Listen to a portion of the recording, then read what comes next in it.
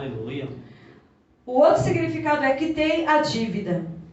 É quando a pessoa ela ia no banco, né, da época, e quando ela terminava, quando ela ia pagar uma conta, né, no nosso tempo aqui seria uma fatura, né, um carnê, coisa do tipo, aí ele recebia um carimbo, né, naquela conta, e no carimbo estava escrito tetelestai, quer dizer, dívida paga, né, e foi isso que Jesus quis dizer naquela cruz. Quitei a dívida, né? Dívida outrora que nós tínhamos para com Deus. Aí você pensa, mas eu nem era nascido, eu nem tinha pecado, eu nem tinha feito nada, né? Mas o Senhor, Ele já te conhecia desde antes da fundação dos tempos, né? Antes de vir, né? Como diz lá em Jeremias, Ele já te conhecia no ventre da tua mãe, só que nos evangelhos Ele já fala que Ele já te conhecia antes da fundação do mundo. Então o Senhor, Ele sabia que nós estaremos aqui nesta noite, estaremos adorando Ele e que outrora ou outra a gente peca, né? A gente ainda falha. Então o Senhor, Ele quitou a nossa dívida para com Deus, né? Porque outrora a gente teria que ou fazer sacrifícios de animais ou morrer, como muitas pessoas hoje às vezes não morrem fisicamente, mas estão mortas espiritualmente. Pessoas essas, quando eu disse que nós cristãos acaba por sofrer por pessoas que estão mortas espiritualmente, porque não conseguem mais ver a glória de Deus, não conseguem vir para a igreja, não conseguem buscar, não conseguem adorar, não conseguem prestar atenção no culto, se distrai com qualquer coisa, porque não se conecta, sabe? Não prioriza. O terceiro significado é posse da propriedade.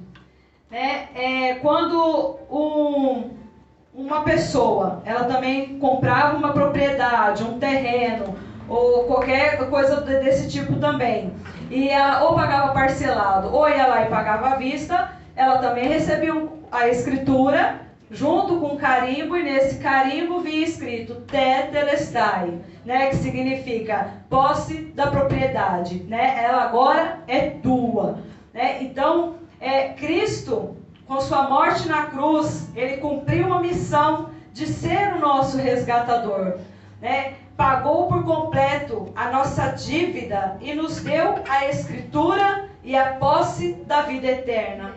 Então não tem propriedade maior ou melhor que a gente não possa almejar, a não ser a posse da vida eterna. O Senhor Jesus, Ele conquistou isso por nós lá naquela cruz. Ele acabou o trabalho dele, quitou a dívida, né? Ele nos deu a posse da propriedade, que é a vida eterna, quando ele chega naquela cruz e diz tetelestai, né? Ou quer dizer, está consumado. Então quando você lê as escrituras, quando você vê algum teatro, filme, e no momento da crucificação você vê Jesus falando, né, está consumado, ele quer dizer, olha, você não precisa mais sofrer, você não precisa mais padecer, você não precisa mais ser escravo do pecado, ser escravo do mundo, ser escravo das coisas lá fora. A Bíblia fala que aquele que está em Cristo, nova criatura é. As coisas velhas se passaram e tudo novo se faz. Tudo novo se faz. Alguns textos de Romanos falam que aquele que está em Cristo, o pecado ele já não domina mais. Então não há nada, igreja, que você não possa ser liberto. Não há nada que você não possa ser transformado, que você não possa se ver livre. Seja um sentimento, seja uma causa, seja um problema, sabe? O que tem feito você sofrer, né? O que tem te levado a orar? O que tem te levado a almejar? Como eu disse, enquanto a gente ficar muitas das vezes só nas coisas aqui dessa terra, né, só essas coisas momentâneas, a gente vai continuar sofrendo. Então não é por acaso que a gente vê pessoas que vivem falando que está na peleja, que está na luta, é guerra atrás de outra guerra, é problema atrás de outro problema, mas quando o nosso foco está em Cristo, né, você vence as adversidades, você vence os problemas, né? Então, o que é o pecado? Dentro de determinados problemas que a gente passa, né? Quando a gente escolhe o alvo certo, né, não tem como a gente não seja recompensado desde aqui na terra. Só que há casos que o Senhor vai querer te abençoar, né? Ele vai derramar da bênção dele, seja essa qual determinada pessoa pede, ou para outros, muitas das vezes, não. Para outros, ele pode dizer não. Né? Um dos últimos não. Né? Eu quero terminar essa mensagem, né, dando só um resumo do meu testemunho.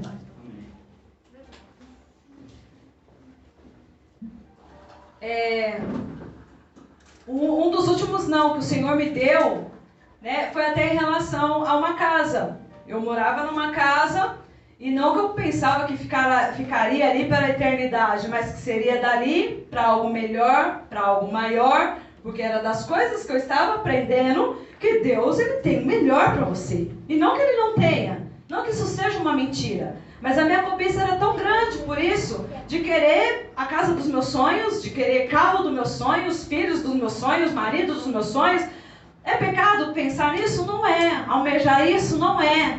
Mas às vezes é com tanta intensidade, né? Às vezes, como a gente ouviu ontem aqui, né? Às vezes a gente materializa tanto, né? Porque a gente aprende cada coisa por aí que você tem que falar exatamente para Deus, o jeito e a cor que você quer, né? E o tamanho e tudo, né? Como se Deus já não soubesse o que a gente precisa, como se Deus já não sabe do que a gente necessita, né? Quando a Bíblia fala que a gente deve buscar o reino dele em primeiro lugar e a tua justiça, as demais coisas ele acrescenta.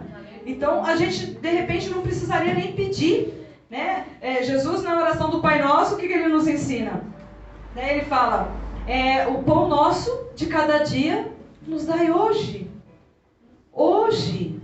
E a gente pede tanta coisa para o futuro, para o futuro, para o futuro, e a gente só vai se frustrando e se decepcionando, né? E quando a gente se decepciona com uma pessoa, com alguém, é uma coisa, mas a gente se frustrar com Deus, ou se decepcionar com Deus, o problema fica muito maior.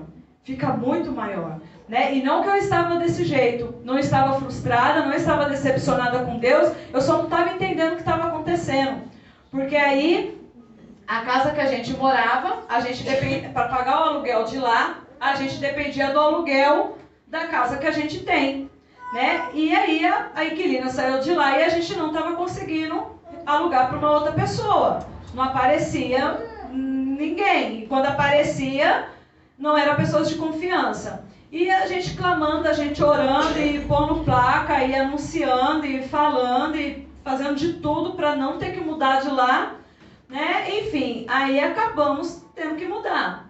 Né? Então eu fui com meu coração apertado, sabe, torcido, dilacerado. Eu lembro que antes disso, eu virava para o pastor e falava assim, a gente já com esse ministério, eu virava para ele e falava assim, Deus não está ouvindo a gente? Deus não está ouvindo a gente? Por que não aluga aquela casa?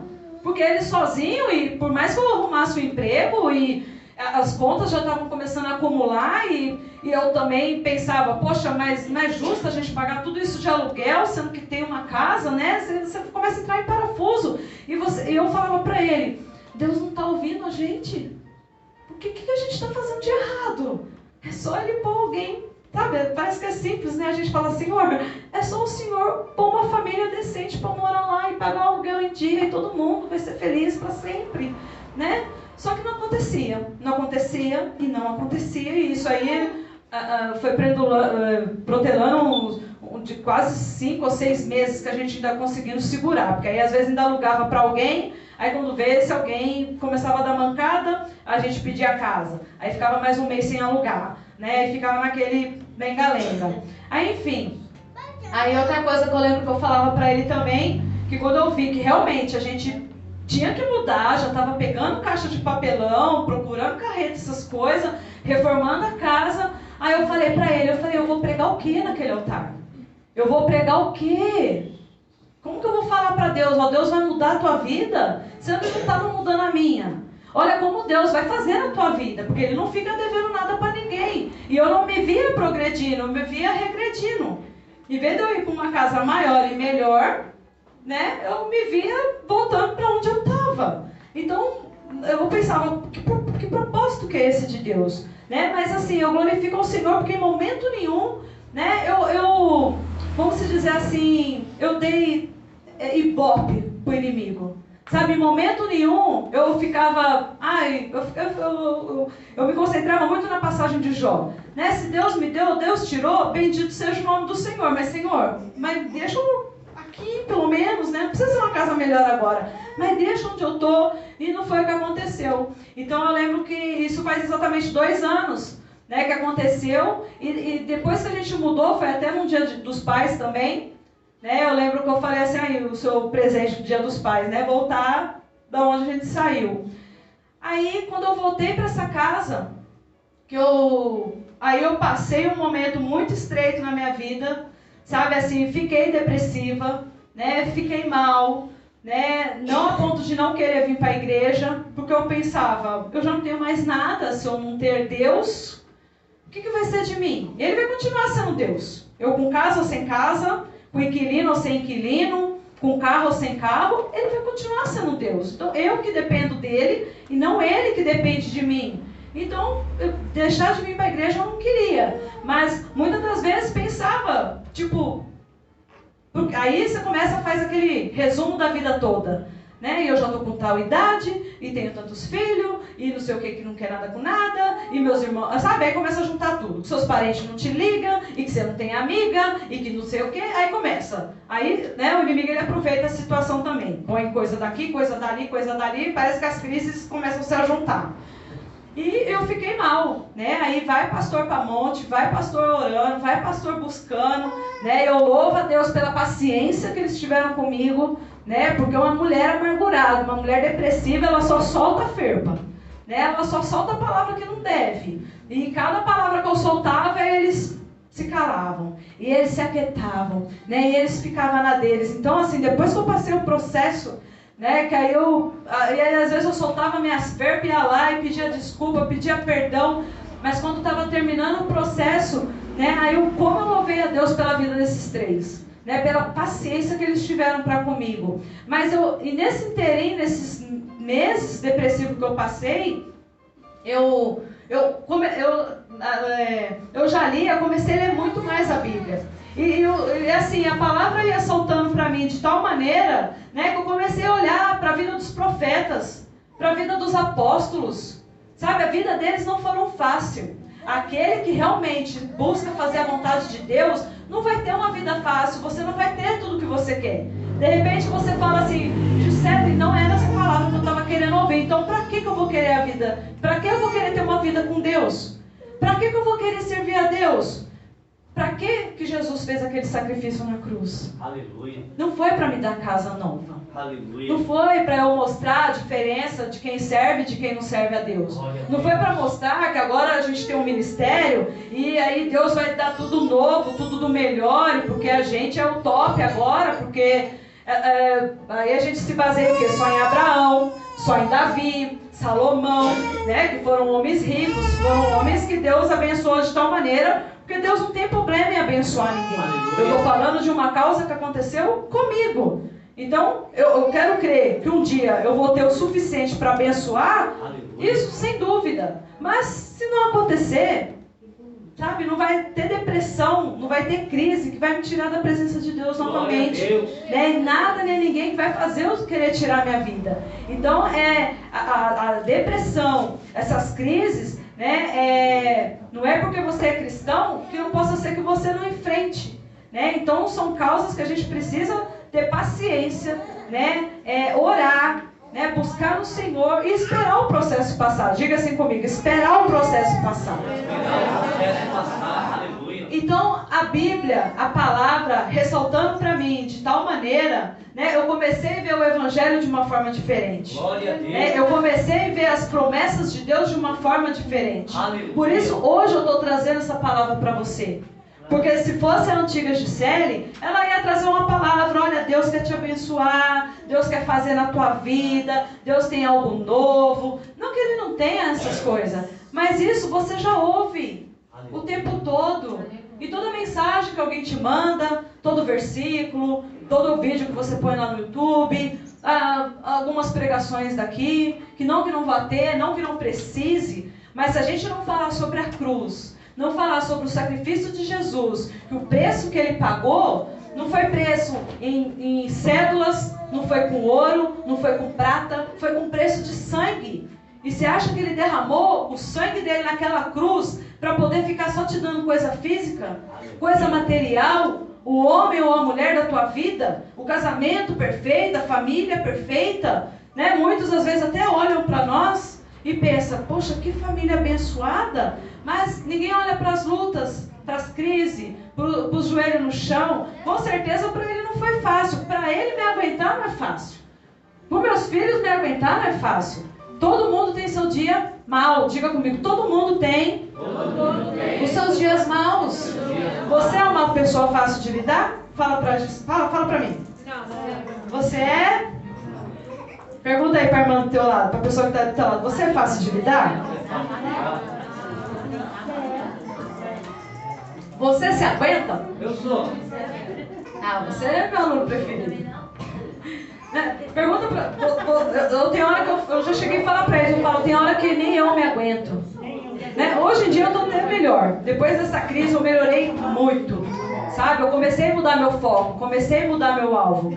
Né? Comecei a olhar mais para a cruz, comecei a olhar mais para a eternidade.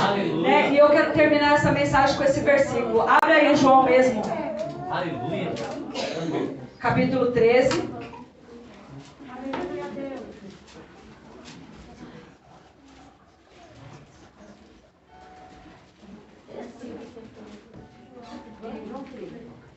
João 13, 7 diz assim. Se coloque de pé, por favor. Para a gente ler, terminar e orarmos. João 13, 7 eu termino essa mensagem dizendo: respondeu-lhe Jesus e disse: o que eu faço não sabe tu agora, mas tu saberás depois. Então repita comigo esse versículo, você que tem talvez a mesma tradução que eu. Respondeu-lhe Jesus: o que eu faço não sabes tu agora, mas tu saberás depois. Amém? Então tem coisas que você deve estar passando agora, dor, sofrimento, problema, circunstância, que de repente agora você não entende. Como eu naquela época, eu falava assim: o Senhor não está me ouvindo? O Senhor não está me ouvindo? O que eu estou orando de errado? Coisa tão simples para o Senhor fazer. O Senhor pode, né? Mas por que o Senhor não quer? E depois que eu mudei, eu vi quanta coisa o Senhor precisava era me mudar. Ele precisou me trazer um passinho para trás, sabe? Para quê? Para poder me levar mais para frente. Então hoje não que eu não almejo uma casa melhor, um carro melhor, mas isso para mim passou a ser supérfluo. Sabe, ser supérfluo é tanta coisa para a gente se preocupar. É tanta coisa. Esses dias mesmo até o pastor ele falou um versículo, é verdade, né? Foi até lá em casa. Ele falou assim, em Provérbios fala, que é melhor um bocado seco, mas você ter paz, sabe, do que você ter abundância de riqueza e só ter confusão, só ter contenda na tua mesa. Aí é o marido na sala, a mulher come na cozinha, né? É o filho que está lá no quarto no celular e a filha está lá não sei aonde, sabe? Não tem contato. Hoje em dia, se tirar o Wi-Fi, né? Antes era energia elétrica, né? Se tirava acabava a luz, ninguém sabia o que fazer, né? Ou acendia a vela ou ia dormir, né? Mas hoje tira o Wi-Fi, é perigoso gente cair endemoniado, ficar endemoniado, porque quer a senha, quer hackear, quer pôr crédito. Você pode ver, pode às vezes faltar arroz e feijão, mas crédito no celular não falta.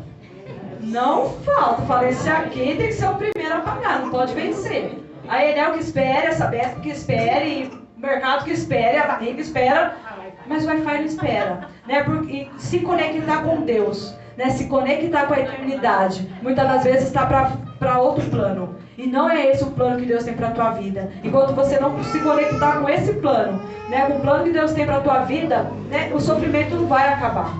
Então hoje eu termino essa mensagem te dizendo: pare de sofrer por coisas terrenas. Pare de olhar, né, para aquilo que está do teu lado, né? Olhe para o céu, olhe para o alvo, olhe para Cristo. Amém? Feche os seus olhos comigo. O Carlos vai colocar um louvor agora. Eu não só quero que você medite no louvor, né, mas que você ore naquilo que você foi ministrado. Porque de repente aquilo que eu estou te falando hoje, você não está nem entendendo, você não está nem compreendendo. Mas depois você vai compreender. Lá na frente você vai